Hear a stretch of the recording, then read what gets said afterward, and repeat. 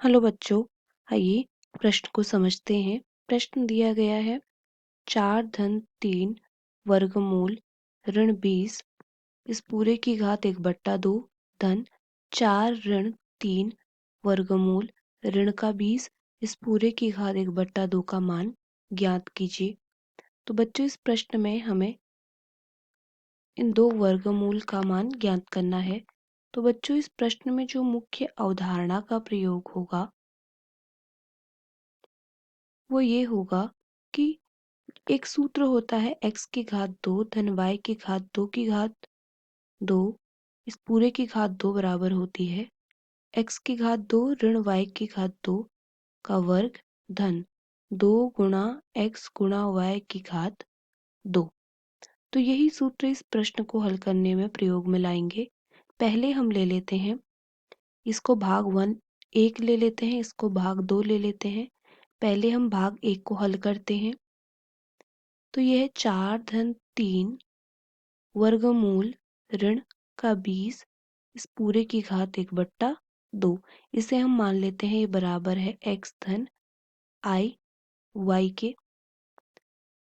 तो ये है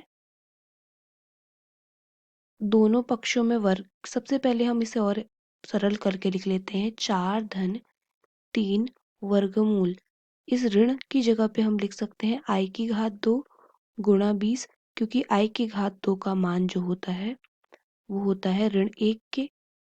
तो इस पूरे की घात 1/2 बराबर x धन i y। वर्ग करने पर दोनों ओर हमें मिलेगा 4 धन 3 इस आयोटा की घात 2 को हम बाहर लेंगे तो ये आयोटा बच जाएगा वर्गमूल 20। अब हमने वर्ग कर दिया तो 1/2 हट जाएगा बराबर x धन आयोटा y की घात 2। खोल लेंगे इसे बन जाएगा 4 धन 3 आयोटा वर्गमूल 20 बराबर x की घात 2 धन आयोटा की घात 2 y की घात 2 धन 2 गुणा x गुणा y गुणा आयोटा। अब आयोटा की घात 2 का मान होता है ऋण 1, तो हम इसे ऐसे लिख सकते हैं 4 धन आयोटा 3 अंडर रूट और वर्गमूल 20 बराबर x की घात 2 ऋण y की घात 2 धन आयोटा 2 गुणा x गुणा y।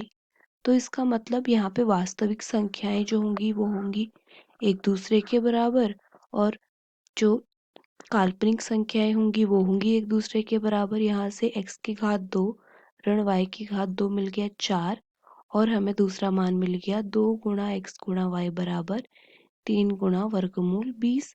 तो यहाँ पे अगर हम वर्ग कर देंगे तो 2 गुणा x गुणा y मिल जाएगा, इसकी घात 2 मिल जाएगी 9 गुणा 20 के, जो कि बराबर होगा 180 के। और हमें यहाँ पे x की घात 2 ऋण y की घात 2 4 पहले से ही मिल चुका है। इसे मान लेते हैं एक समीकरण। अब हमें पता है x की घात 2 धन y की घात 2 का वर्ग बराबर होता है x की घात 2 ऋण y की घात 2 का वर्ग धन 2 गुणा x गुणा y की घात 2 के बराबर। तो हम इसे आगे लिख सकते हैं 4 की घात 2 धन 180, इसका मतलब 196। तो इसका मतलब x की घात 2 धन y की घात 2 आ जाएगा धन ऋण 14। अब यहाँ पे x और y दोनों की घात 2 है, इसका मतलब ये धनात्मक संख्या होगी। तो x की घात 2 धन y की घात 2 बराबर होगी 14 के समीकरण 2। अब समीकरण 1 धन 2 करने पर हमें मिलेगा,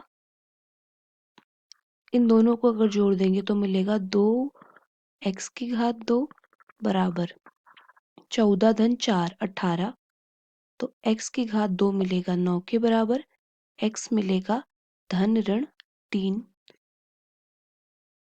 समीकरण 2 ऋण 1 करने पर हमें मिलेगा 2 y की घात 2 बराबर 14 ऋण 4, तो y की घात 2 हो जाएगी 10/2, तो y आ जाएगा धन ऋण वर्गमूल 5। तो इसका मतलब, तो बच्चों यहाँ पे हम ऐसे लिख सकते हैं कि जो 4 धन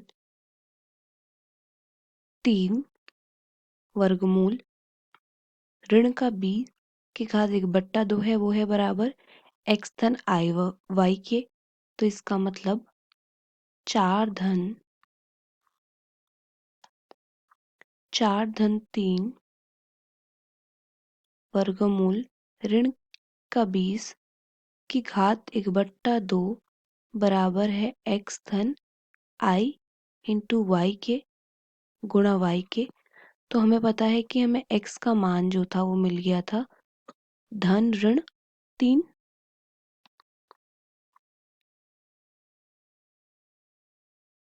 धन आयोटा गुणा धन ऋण वर्गमूल 5। तो धन ऋण हम यहाँ बाहर ले लेंगे तो बचेगा 3 धन आयोटा अंडर रूट 5। यह है हमारा भाग 1।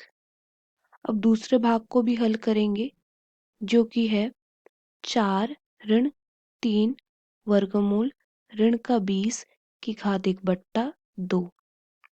अब इसको हम बराबर लिख लेते हैं a धन i गुणा b। तो वर्ग ले लेंगे दोनों तरफ, वर्ग लेने पर बायां तरफ हो जाएगा 4 ऋण 3। अब इसे हम लिख सकते हैं वर्गमूल आयोटा की घात 2 गुणा 20 बराबर a धन आयोटा b की घात 2, जो कि बराबर होगा a की घात 2 धन आयोटा की घात 2 b की घात 2 धन 2 आयोटा a गुणा b। तो ये हो जाएगा 4 ऋण 3 आयोटा वर्गमूल 20 बराबर a की घात 2 ऋण आयोटा की घात 2 का मान होता है ऋण 1, a की घात 2 ऋण b की घात 2 धन 2 आयोटा ए बी। तो यहाँ से हम तुलना करने पर हमें क्या मिल जाएगा कि जो a की घात 2 ऋण b की घात 2 है वो है बराबर 4 के। तीसरा समीकरण बन जाएगा। और इसी प्रकार हमारा जो 2 ए बी है वो हो जाएगा बराबर ऋण 3 वर्गमूल 20 के। तो हम इसको यहाँ पे ऐसे लिख लेंगे 2 a गुणा b की घात 2 हो जाएगी 9 गुणा 20 180। अब हमें ये पता है कि सूत्र जो हमने मुख्य अवधारणा में देखा था, इसको हम a और b के रूप में लिख सकते हैं। a की घात 2 धन b की घात 2 का वर्ग बराबर हो जाएगा a की घात 2 ऋण b की घात 2 का वर्ग धन 2 गुणा a गुणा b की घात 2।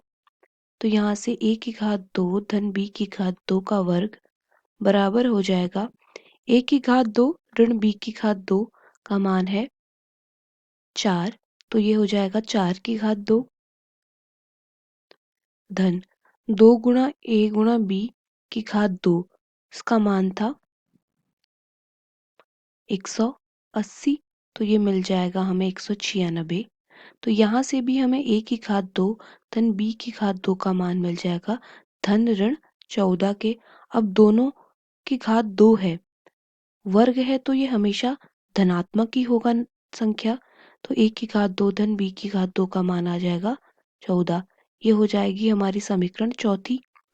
समीकरण 3 धन 4 करने पर हमें मिलेगा 2 a की घात 2 बराबर 18। तो यहाँ से a की घात 2 का मान आ जाएगा 9 और a का मान आ जाएगा धन ऋण 3। इसी प्रकार समीकरण 4 ऋण 3 करने पर हमें मिलेगा 2 b की घात 2 बराबर 14 ऋण 4 जो कि 10 के बराबर होगा। b की घात 2 मिल जाएगा 10/2 बराबर 5। तो b मिल जाएगा बराबर धन ऋण वर्गमूल 5 के। धन ऋण वर्गमूल 5 के। तो बच्चों अब जो हमारे इस प्रश्न में दूसरे भाग का उत्तर हमें मिला जो कि है 4 धन 3 4 ऋण 3 वर्गमूल ऋण का 20 की घात 1/2। इसका मान हमने माना था a धन i गुणा b जो कि होगा धन ऋण 3 धन आयोटा धन ऋण वर्गमूल 5। तो यहाँ से ये हमें मिल जाएगा धन ऋण 3